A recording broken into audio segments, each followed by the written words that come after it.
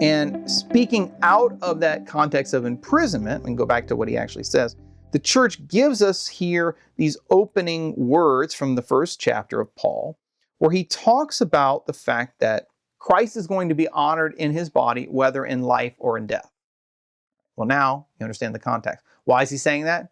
Well, because he's in prison. He's awaiting trial, and he might be released, but he also might be executed, right? That's one of the possibilities that he's going to face.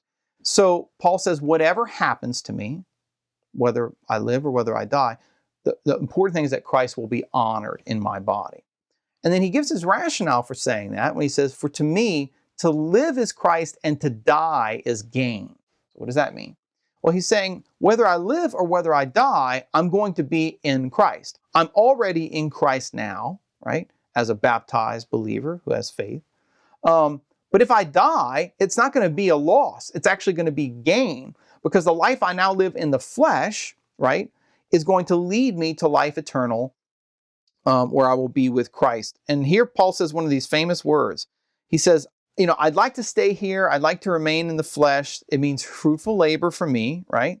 But I'm hard pressed as to which I want to choose, right? He says, as to which I'll choose, I can't tell. I'm divided between the two. My desire is to depart and be with Christ, for that is far better. But to remain in the flesh is more necessary on your account.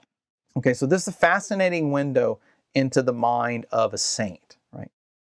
I'd venture to guess that for most of us, if we had the choice between life and death, especially if that meant being released from prison or remaining in prison and possibly being executed, we would probably be inclined to choose being released from prison and continuing to live, right? That's the natural human inclination. But that's not how Paul feels about it. There's a deep part of him that actually would desire martyrdom. I'd prefer to die, right? It would be gain, because to depart would be to be with Christ.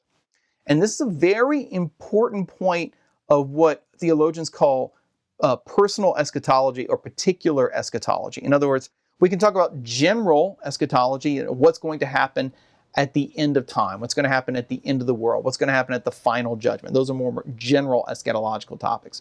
But particular eschatology means what's going to happen to me at the end, eschaton, the Greek word for end, of my life. What happens at the moment of my death? What's the fate of my particular soul after death? And although the New Testament is very clear that the ultimate eschatological hope of Christians is the resurrection of the body, right?